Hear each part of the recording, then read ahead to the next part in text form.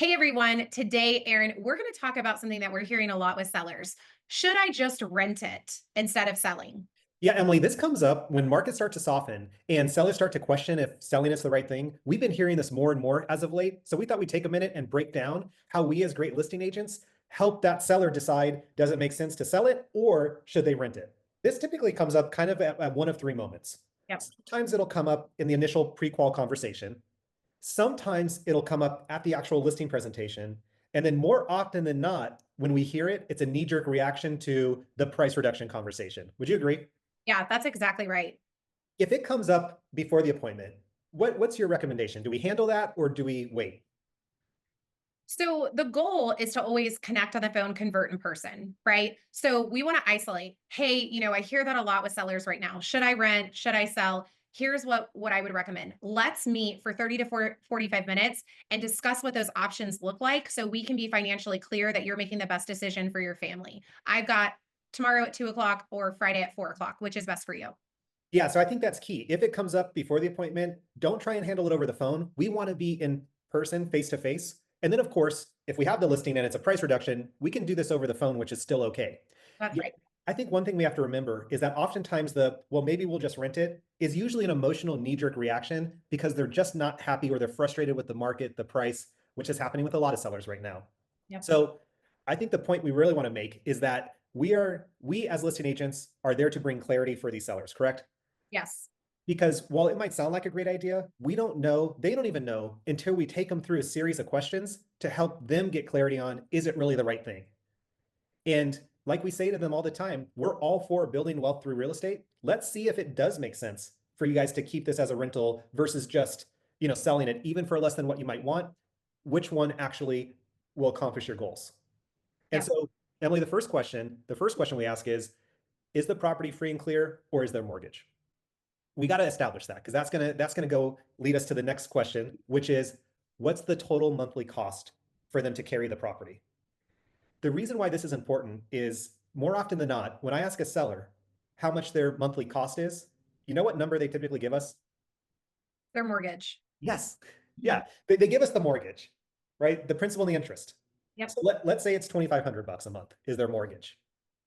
Okay, Mr. or Mrs. Seller, does that include your property taxes? Oh no, property tax is another, let's say $300 a month. Interesting. Now, what about homeowners insurance? Oh no, that's another $150 a month. Now, is there an HOA? Yeah, we've got a small HOA. It's about another $100 a month. So lo and behold, right there with that question, we took them from, oh, it's $2,500 a month to no, no, no. Reality is it's over $3,000 a month for them to carry the property. Yep. So that's bringing clarity. Now, the third question, how much can they rent it for? How much can they rent it for? Now, as great listing agents, hopefully we've already done a little bit of research in anticipation that this is going to come up. Yep. But, we get on the same page with what, let's say, might be a realistic rental number. And then another question, number four, I like to ask is, does the seller ever intend on returning to the property? I think this is really important because if let's say they want to rent it because they're moving somewhere and they might not know if they like it and there's a chance they move back, well, maybe that does make sense for them to rent it. Yet if they're moving from California to go retire in, a great state like yours in Missouri or wherever they're going, you know, and they have no family to come back to or whatever, well, odds are renting it might not make sense. That's right. But having them think through, would you ever want to return to the property? And helping them get clarity on that, I think is also key in the equation of what makes more sense, correct? Yep. Number five, is this their primary residence or is this already a rental for them? And the reason why that's important is because of the next question, number six. Are they aware of the current capital gain tax rules, right, with the IRS, the 2 and 5? Because if this was their primary residence and they choose to turn it into a rental, they've got, in essence, 3 years to then make a decision on selling it if there's a gain before they lose their exemption. Yep. Right? Because current IRS is if you've lived in it for 2 out of 5 years, you've got a $250,000 exemption as an individual, 500 as a married couple, right? They might not have thought through that, Exactly. right? They might not have thought through that. So then the seventh question is going back to how much they get for rent. Every seller, wants to think that they're going to get a full 12 months worth of rent. Emily, what's the reality on a rental property? Yeah, you're going to get 70%. I mean, with depending on occupancy in your area. Yeah, I think lenders, when they're looking at rental properties, they use 80%. Yeah. Yet every seller is going to use best case scenario. I'm going to get that rent every single month. No, there's going to be vacancy, whether it's Yep. vacancy up front, whether it's vacancy upon a tenant moving out, there's going to be vacancy. That's right. So no, you're not going to get 12 months worth of rent. And so number 8, are they using property management and how much will that cost? Because again, they're looking at what they thought their payment was of 2,500 bucks, which really we got clarity that it's over 3,000. And they're not thinking about the expense that goes along that's going to get deducted from whatever that rent might be, including property management. That's right. And then number 9, what about repairs? Are they thinking about how much, small repairs might be or how much they need to set aside on a monthly basis? I mean, Emily, I don't know about you, but my rental properties, it's like $100 to $200 a month when it averages out over the year. It's inevitable. The tenants try and jam the turkey down the garbage disposal, right? I don't know why, but they comb their hair out and the sinks clog up. And I'm telling you, this, right?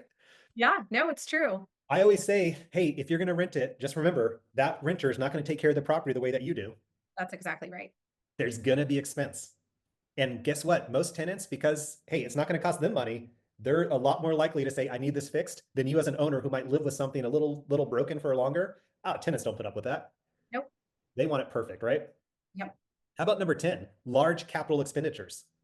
Emily, how many times have you witnessed that, a water heater goes out when someone new moves into a property? Yes. It's like Murphy's Law.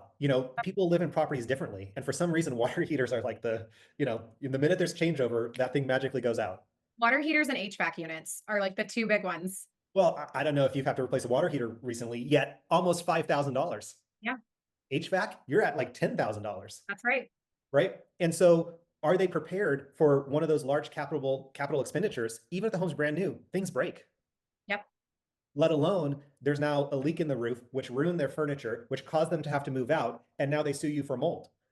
Whoa, like we just got there very quickly, but been there, done that, got the t-shirt. Like these are the things, this is the risks that they open themselves up to. Right. Are they prepared for it? Have they thought through it?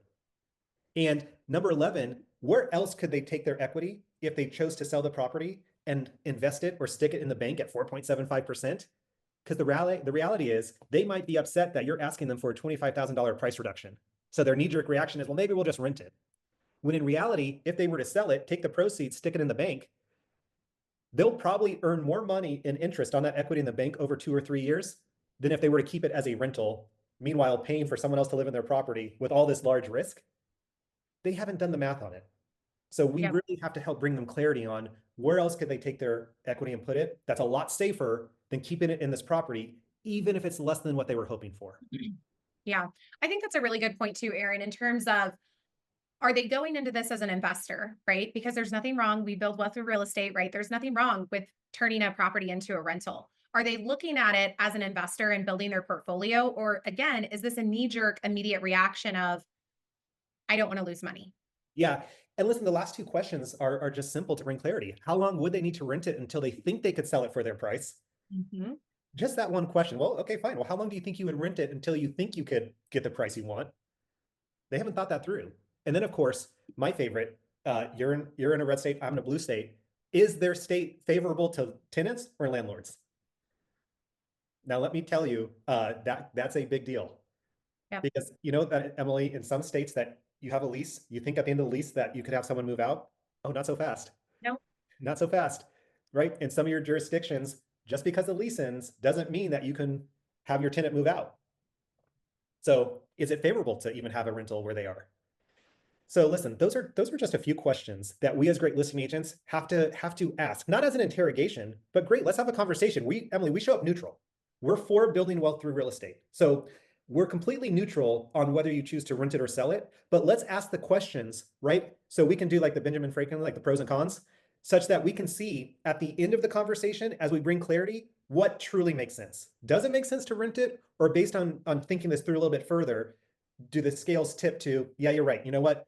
Even though we're not going to get as much as we were hoping, it still makes sense to sell it. Thank you for taking me through that conversation. I'm now clear. Selling it's the right thing to do.